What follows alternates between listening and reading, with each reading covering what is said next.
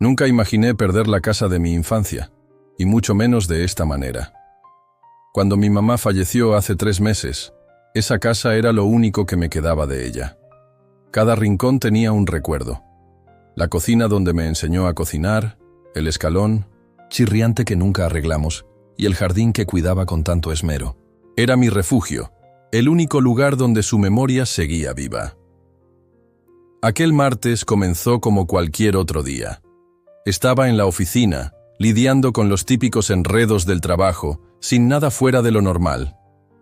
En el regreso a casa, pensaba en qué preparar para la cena, preguntándome si tenía suficientes ingredientes para la receta de lasaña de mamá. Pero cuando doblé en nuestra calle, mi corazón se detuvo. Allí, en el césped delantero, colgaba un enorme cartel rojo con la palabra «vendido», ondeando suavemente al compás de la brisa primaveral, como si siempre hubiese pertenecido a ese lugar. Frené de golpe, haciendo que el auto que iba detrás pitara airadamente. Debía tratarse de un error. Aparqué de forma improvisada y corrí por la acera, forcejeando con mis llaves. Mis manos temblaban tanto que apenas conseguí abrir la puerta. «¿Miguel?», llamé, mi voz resonando por el pasillo. «Miguel, ¿qué está pasando?».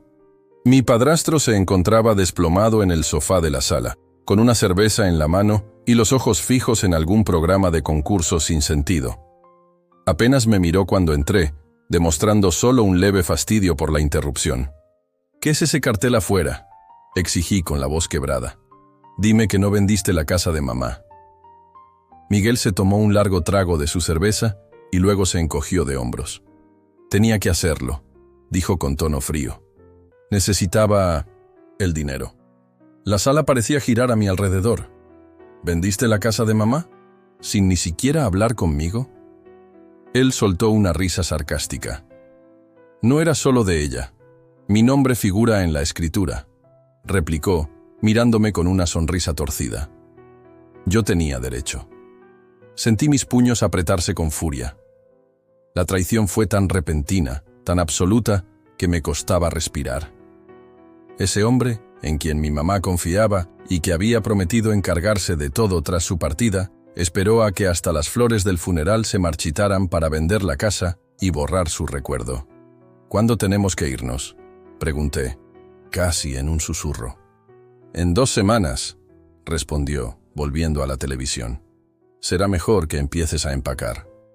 Allí, de pie, observándolo cambiar de canal como si nada hubiera pasado, algo dentro de mí se endureció.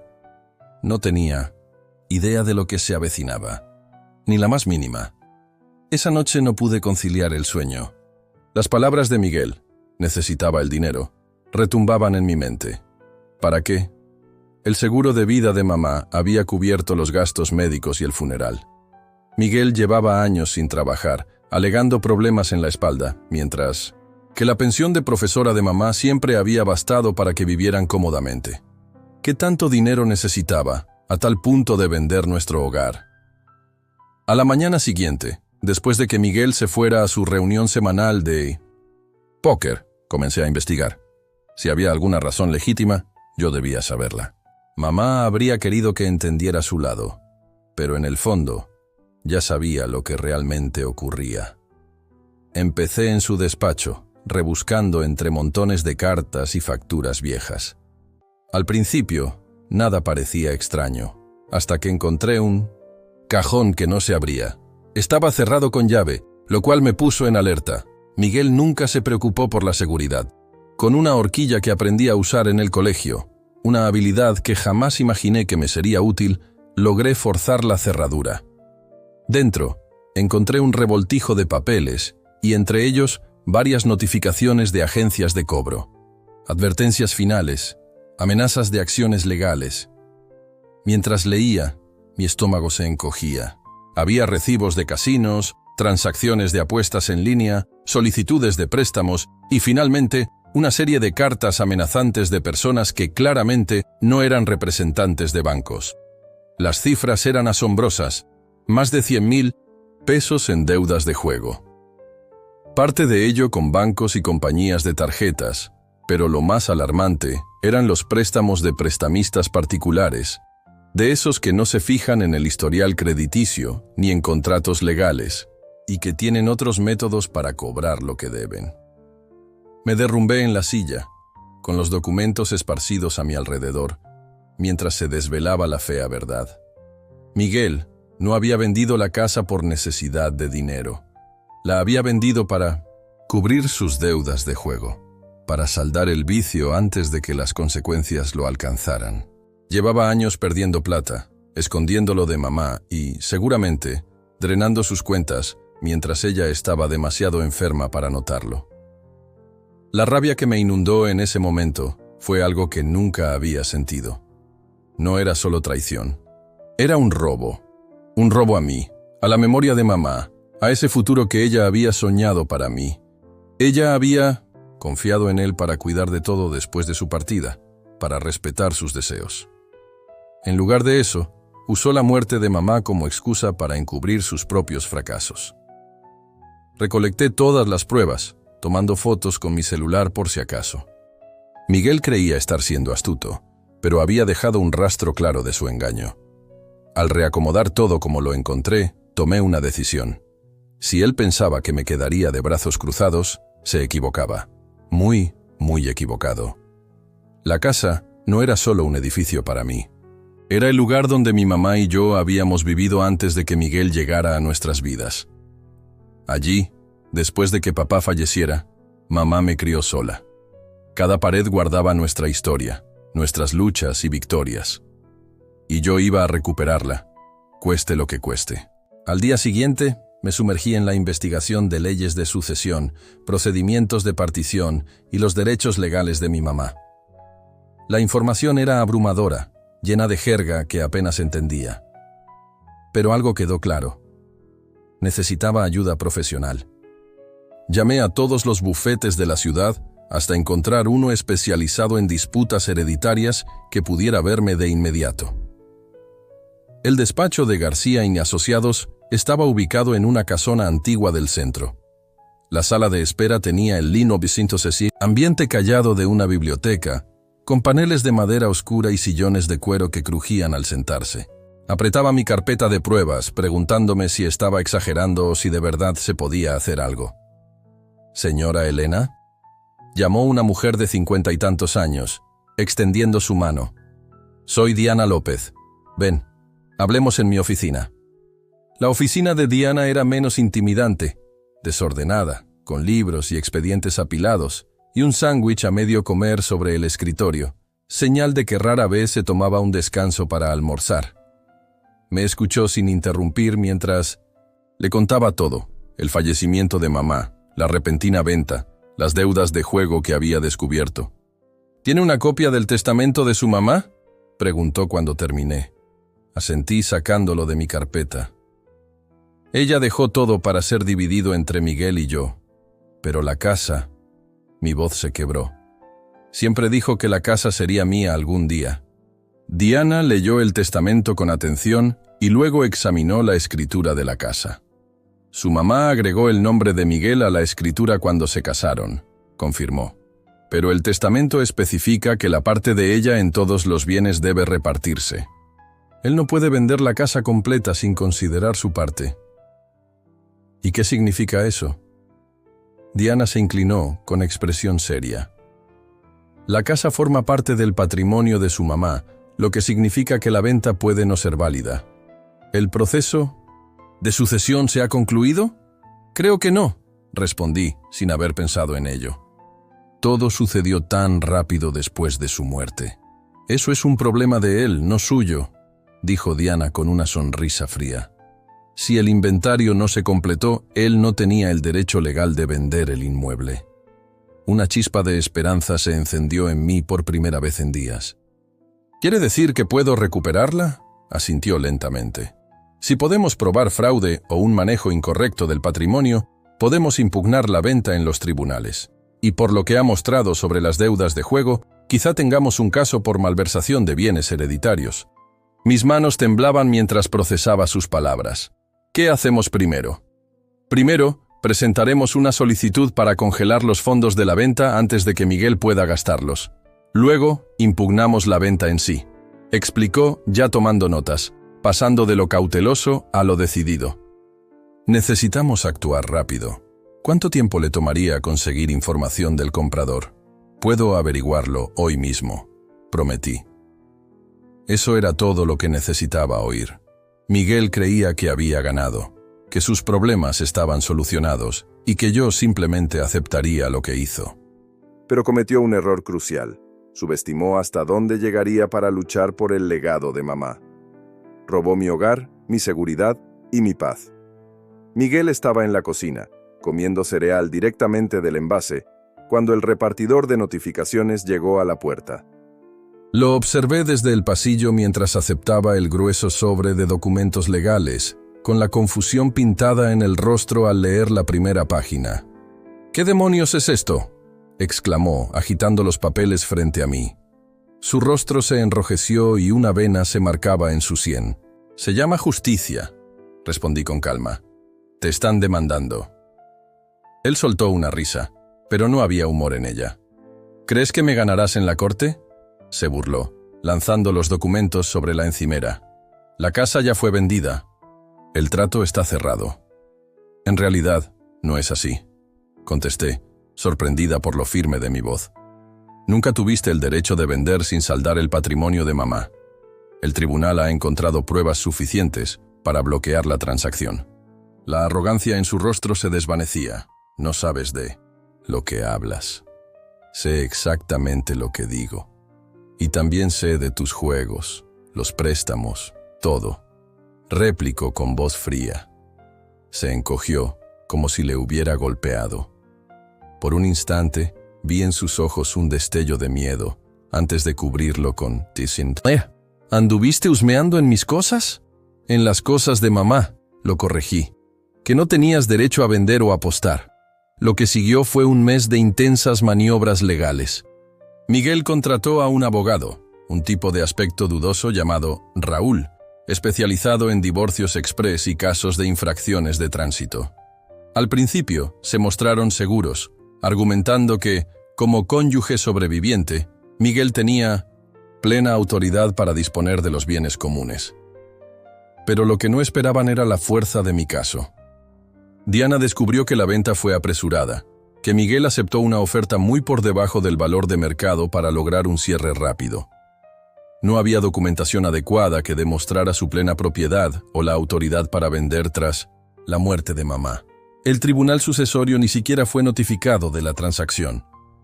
Lo más condenatorio fue cuando Diana halló, entre los papeles personales de mamá, una carta que ella me había escrito pero nunca enviado, en la que dejaba claro que la casa debía ser mía una vez que ella se fuera. «Sé que Miguel se hará cargo con el seguro», decía la carta. «Pero esta casa es tu legado, tu red de seguridad, es tuya». «Esta venta es fraudulenta», declaró Diana con firmeza en nuestra primera audiencia. El señor Miguel actuó con total desprecio por los procedimientos del inventario y en contra de la voluntad expresa de la fallecida. La jueza, una mujer severa con gafas colgando de la punta de su nariz, escuchó atentamente a ambas partes. «Encuentro motivos suficientes para mantener el congelamiento de esta transacción hasta que se realice una investigación completa», dictaminó. «Todos los fondos de la venta quedarán retenidos en depósito judicial». Al salir del juzgado, Miguel agarró mi brazo. «No tienes idea de lo que has hecho», siseó. «Ni sabes con quién te has metido». Solté mi brazo. «Tú tampoco sabes», respondí en voz baja, «pero pronto lo descubrirás». Su altivez se desvanecía con cada día que pasaba. Había jugado un juego peligroso, creyendo que nadie lo desafiaría. Ahora estaba perdiendo y yo apenas comenzaba. A la mañana siguiente, me desperté con los gritos de Miguel al teléfono. Me asomé por el pasillo, manteniéndome a cierta distancia mientras escuchaba. «¿Cómo que te retiras?», gritaba, paseándose por la cocina. «Tenemos un contrato. No puedes simplemente». Se detuvo abruptamente, escuchando a la otra persona. «Entonces, demándame», espetó antes de colgar y arrojar el teléfono por la habitación. Entré en la cocina. ¿Algún problema? Él se giró, con la cara contorsionada de furia. Todo es culpa tuya. ¿Qué pasó? Pregunté, aunque ya intuía la respuesta. Diana me había advertido que esto podría ocurrir. El comprador se echó para atrás. Escupió. Se asustó con los líos legales. Dijo que no quiere tener nada que ver con la casa. Eso lo provocaste tú. Una pequeña sonrisa se dibujó en mis labios. Con la orden judicial congelando la transacción y el comprador huyendo asustado, el plan de Miguel se vino abajo por completo. La casa ya no le pertenecía para venderla, y cualquier dinero que se hubiera transferido estaba bloqueado en depósito judicial. Los días siguientes fueron de tensión constante. Miguel alternaba entre la rabia y súplicas desesperadas. «¿No entiendes?», insistió una noche con la voz arrastrada por el alcohol. «Necesito ese dinero. Esas personas no son de las que puedas decirles, lo siento, no puedo pagar. Entonces tal vez no deberías haber pedido prestado», contesté sin inmutarme, «o haber apostado todo lo que tenías. No era apuesta», replicó débilmente. «Era una inversión. Yo estaba intentando construir algo». «¿Eso es lo que le dijiste a mamá también, mientras ella agonizaba?». No tuvo respuesta. Mientras tanto, Diana fortalecía nuestro caso. Presentó otras mociones para anular la reclamación de Miguel sobre la propiedad, basándose en pruebas de su mala conducta financiera durante la enfermedad de mamá. Descubrimos que había retirado grandes sumas de las cuentas conjuntas en 1900, los meses previos a su fallecimiento. Dinero que debía haber sido usado para su cuidado y que, en cambio, se destinó a sufragar sus pérdidas en el juego. Si podemos demostrar que él incumplió con su deber fiduciario con respecto a su mamá, el tribunal podría dictaminar que perdió sus derechos sobre el patrimonio, explicó Diana en una de nuestras reuniones. No se trata solo de la casa, es de hacerlo responsable por todo. Miguel se mostraba cada vez más desesperado. Llegué a casa un día y lo encontré empacando una maleta apresuradamente. ¿Vas a irte? Solo me daré una escapada, murmuró sin mirarme. Huir no resolverá tus problemas, le dije firmemente.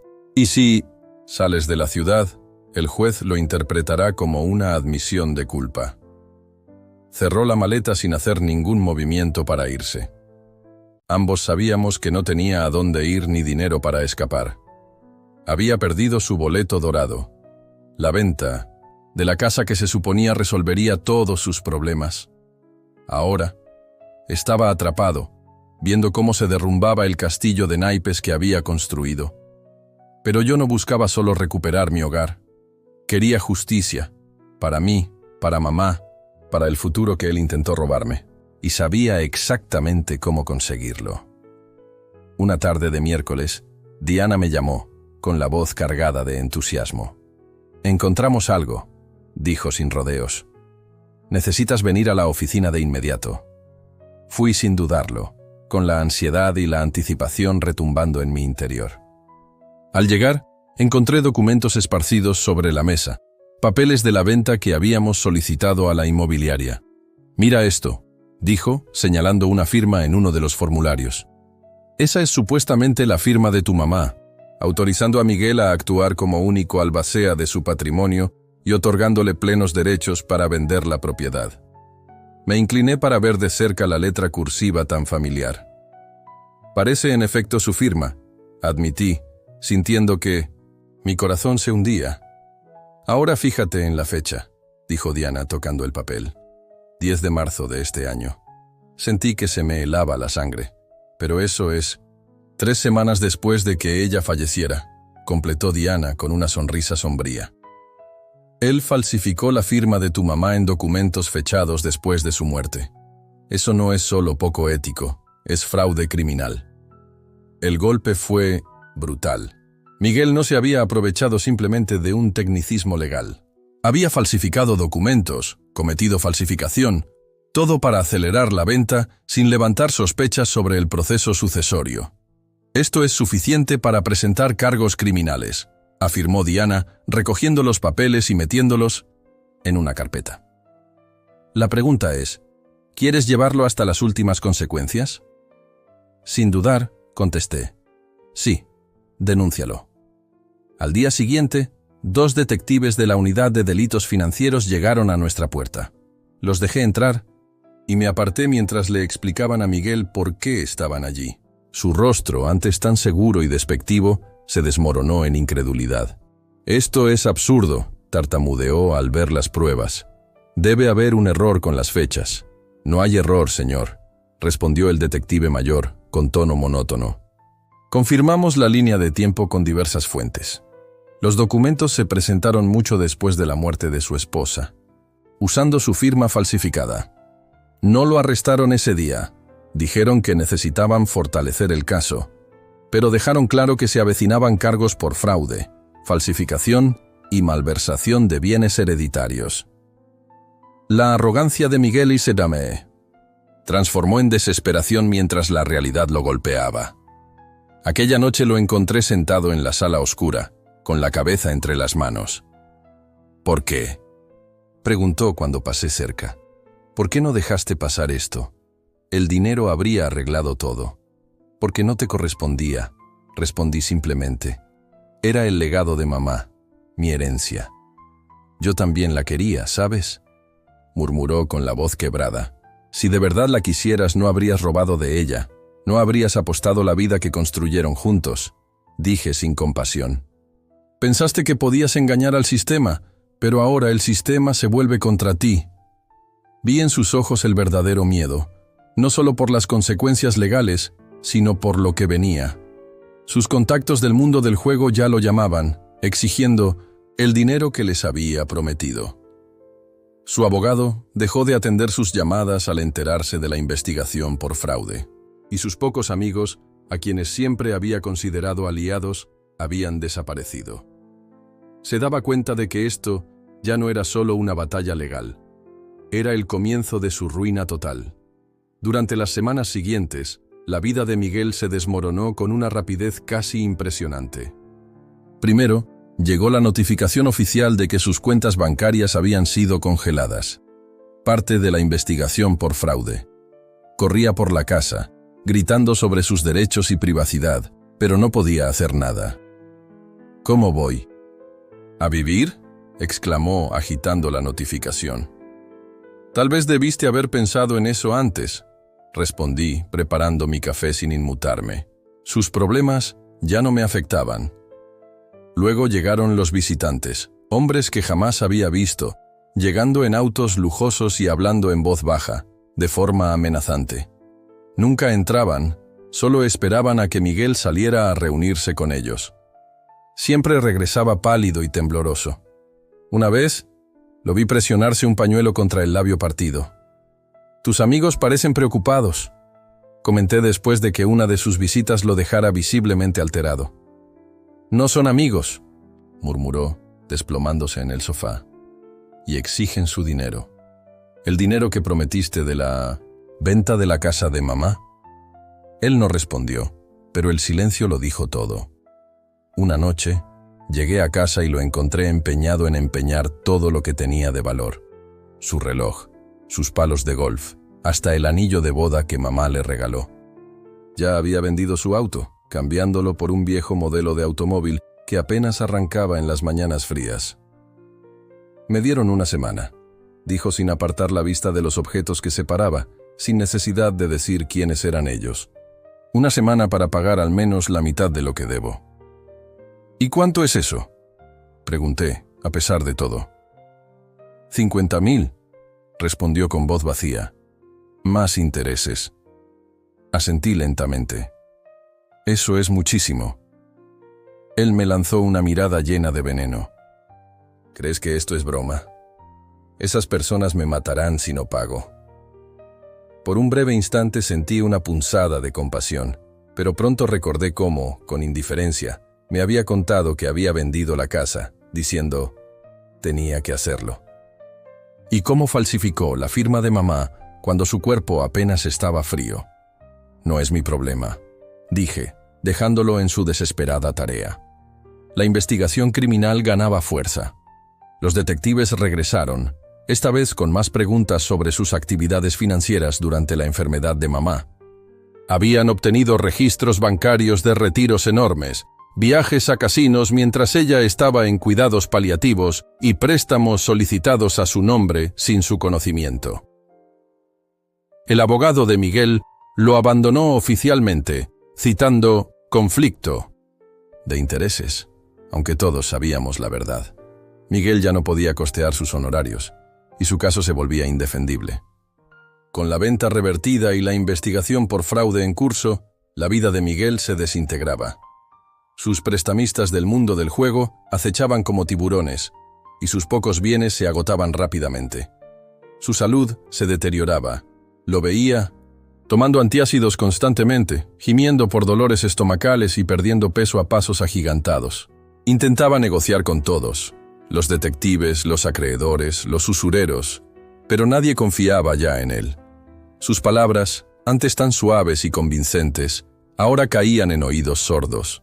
Se hundía, y por primera vez lo veía tal como era. Un hombre patético que había destruido su propia vida por codicia y egoísmo. Había robado a mamá, a mí, intentando quedarse con mi futuro. Ahora no le quedaba nada, y yo sentía una fría satisfacción al ver cómo todo se desmoronaba. El tribunal estaba casi vacío cuando la jueza emitió su sentencia final. Éramos solo yo, Diana, Miguel y los funcionarios del juzgado. Miguel no había podido contratar un nuevo abogado tras la renuncia del primero, por lo que se representaba a sí mismo, una decisión desastrosa. Tropezaba con sus argumentos, se contradecía, y al enfrentarse con las pruebas de falsificación, no tenía una defensa coherente. La jueza Ramírez no toleraba tonterías. Su rostro se mantuvo impasible durante todo el juicio, pero en sus ojos se notaba que había tomado una decisión mucho antes de que Miguel terminara su caótico alegato final. En el asunto del patrimonio de doña Margarita, comenzó ajustándose las gafas. Este tribunal falla a favor de la demandante. Sentí la mano de Diana apretar mi brazo en una silenciosa celebración, pero mantuve la calma. Aún no había terminado. La venta del inmueble ubicado en la calle del Olivo, 427, se declara nula y sin efecto, continuó la jueza. La propiedad se otorga en pleno a la señora Elena, conforme a la voluntad expresada por la fallecida, Margarita. Miguel se encogió en su asiento. Toda su arrogancia se esfumó.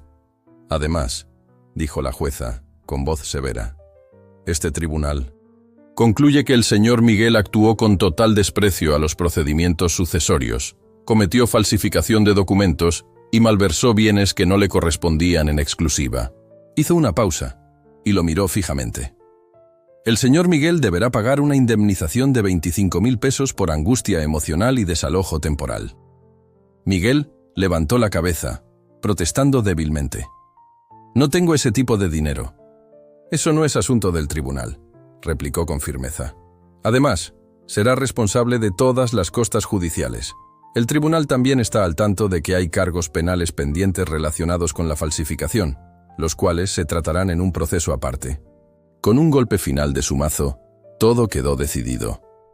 Tras meses de batallas legales, la casa volvió a ser legalmente mía.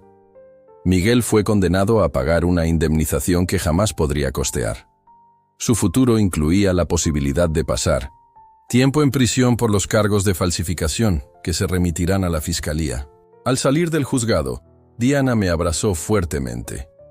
Ganamos, susurró. Cada punto. Asentí, observando cómo Miguel se arrastraba hacia la salida, con los hombros encorvados en derrota. Parecía haber envejecido 10 años en tan solo unos meses, y su postura confiada estaba totalmente quebrantada. ¿Y ahora qué?, le pregunté a Diana. No podrá pagar lo que ordenó el tribunal. La sentencia se mantendrá, explicó ella. Si no paga ahora, la deuda lo seguirá hasta que pueda hacerlo. Podrán embargarle sus sueldos, interceptar sus reembolsos de impuestos y confiscar sus bienes. Pero ya no le queda nada. Diana sonrió, pequeña pero satisfecha. Exactamente. Para cubrir sus deudas de juego y los gastos legales, tendrá que vender todo lo que aún posee, sus ahorros para la jubilación, sus pertenencias personales, cualquier cosa de valor.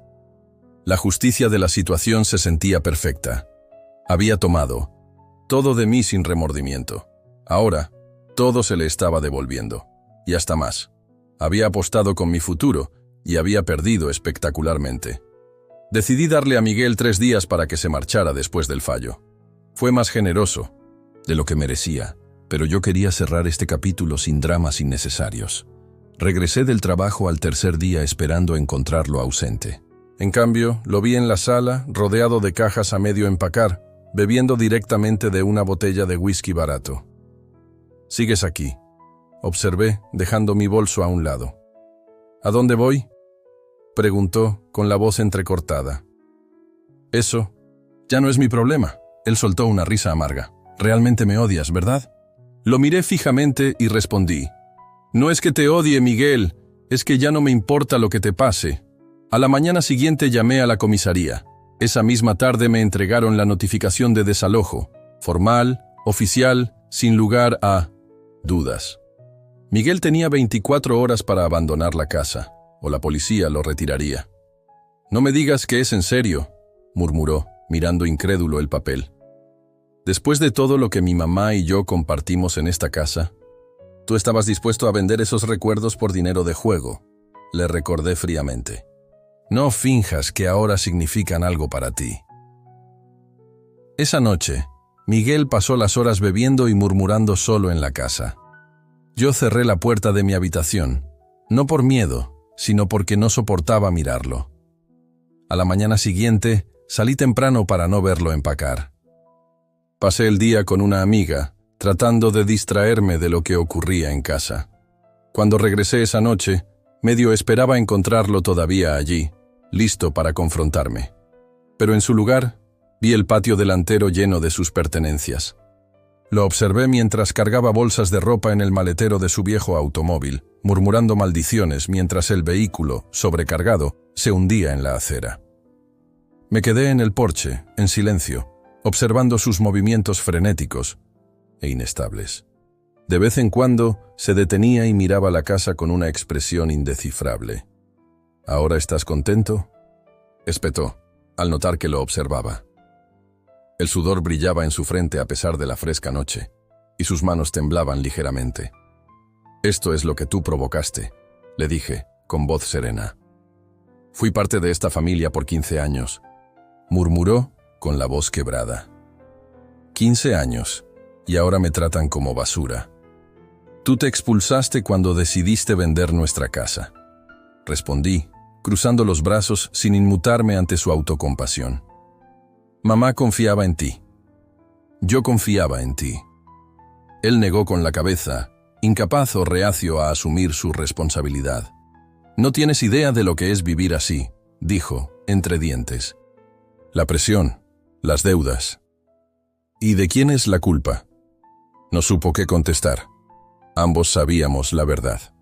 Cuando el último de sus enseres quedó encajado en el auto, se quedó en la entrada del garaje, con las llaves colgando de sus dedos. Por un instante pensé que intentaría forzar la entrada, hacer un último intento desesperado de volver. Pero simplemente se subió al auto, mientras los resortes gemían bajo su peso. Al salir del garaje, nuestros ojos se encontraron por última vez a través del parabrisas.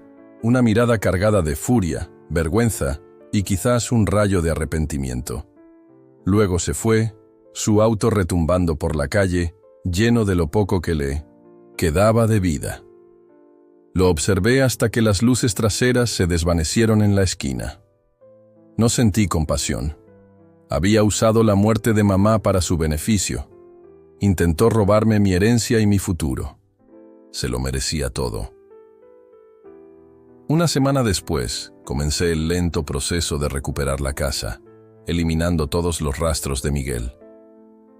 Repinté la sala con un tono amarillo suave, tal como mamá siempre había querido. Cambié los muebles que él había escogido por otros que me hicieran sentir en casa. Poco a poco, el hogar volvió a ser mío, nuestro, de mamá y mío, como era antes de que Miguel irrumpiera en nuestras vidas. No esperaba volver a oír hablar de él, pero en un pueblo pequeño los chismes corren, quieras o no.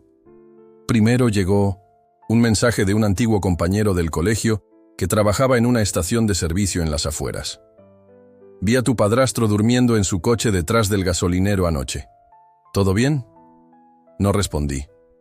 ¿Qué le podría decir? Que sí, que todo estaba perfecto. ¿Porque Miguel finalmente enfrentaba las consecuencias de sus actos? Era demasiado duro, aunque la verdad era esa. Pocos días después, me crucé con Carmen, una vieja amiga de mamá, en el supermercado. Me acorraló entre las góndolas de frutas y lácteos, hablando en voz baja como si compartiera un secreto. Escuché lo de Miguel, dijo, con los ojos muy abiertos, una mezcla de preocupación y curiosidad. Damián dijo que lo vio arreglándose en el baño del parque. Se veía fatal. No tengo idea, contesté mientras elegía un manojo de plátanos. ¿No crees que a Margarita le gustaría que lo ayudaras? Le miré fijamente. Mamá quería que protegiera lo que ella me dejó, y eso es lo que hice. Con el pasar de las semanas, los avistamientos de Miguel continuaron. Lo vieron estacionado detrás de la biblioteca, en el área de descanso de la carretera, en el estacionamiento de un supermercado.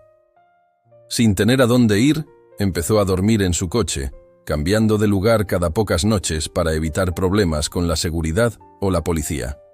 Se decía que intentó hospedarse con sus compañeros del póker, pero ninguno quiso recibirlo. Todos habían visto lo que pasaba con aquellos que no pagaban sus deudas de juego. Ni siquiera su hermano, que vivía en otro municipio, lo acogió después de 3 días. Una noche lluviosa, volvía de un turno tardío, cuando vi su coche estacionado, en la esquina de un viejo gasolinero. Las ventanas estaban empañadas, señal inequívoca de que alguien dormía allí. Reduje la velocidad, dudando si detenerme para decirle algo, si aún había algo que decir entre nosotros. Entonces, vi una silueta moverse dentro del auto. El perfil inconfundible de Miguel, encorvado en el asiento trasero, luciendo agotado y destrozado, incluso a la distancia. Pisé el acelerador y seguí mi camino. Esa era su decisión, su ruta. Durante años se creyó intocable, tratando a las personas y a mamá como simples piezas en su juego personal. Ahora, él era el descartado, abandonado por esos amigos de conveniencia que solo se acercaban cuando todo iba bien y desaparecían cuando las cosas se complicaban.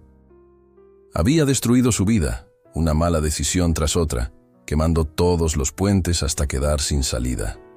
Y yo recuperé lo que él intentó quitarme: mi hogar, mi seguridad, el futuro que mamá siempre quiso para mí.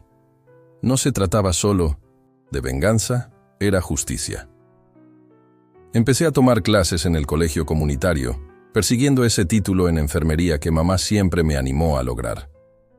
Con cada puesta de sol sobre la casa que me dejó, pintando el cielo con naranjas y rosas vibrantes, sonreía. No era por malicia ni por sed de revancha, sino por la dulce satisfacción de saber que la justicia se había cumplido. No a través de la venganza, sino por las consecuencias naturales de las malas decisiones de Miguel. Miguel había desaparecido, reducido a una amarga sombra del pasado. Y yo seguía aquí, en la casa a la que siempre pertenecí, más fuerte por haber luchado por ella. Al cerrar la puerta de mi habitación, aquella en la que crecí, el aroma acogedor del hogar me envolvía. La presencia de mamá se sentía en cada rincón, en la cocina donde me enseñó a cocinar, en el jardín que tanto amaba y en las paredes que guardaban nuestras risas, charlas y desayunos en familia. Ese era el lugar que ella siempre quiso para mí, y nada podría quitármelo jamás. Casi han pasado 6 meses desde que Miguel se fue en su coche, cargado con los restos de su vida destrozada. El verano dio paso al otoño, y el chisme del pueblo se orientó hacia otros temas. Los avistamientos de Miguel se volvieron escasos hasta desaparecer por completo. Parecía que se había evaporado, dejando tras de sí solo recuerdos desvaídos y advertencias silenciosas sobre la codicia. Un día, mientras tomaba café con Lucía, una amiga del colegio que había vuelto al pueblo, el tema volvió a surgir. ¿Supiste lo de tu expadrastro?, preguntó, removiendo el azúcar en su capuchino. Sentí un nudo en el estómago. ¿Qué pasó con él? Mi primo, que trabaja en una fábrica en Villasol, dijo que Miguel apareció allá hace unos meses, intentando conseguir trabajo, pero lo rechazaron al ver el historial de fraude, comentó mientras daba un sorbo a su bebida. Ah, respondí, sin saber bien qué sentir. Parte de mí esperaba que hubiera logrado recomenzar, lejos de aquí.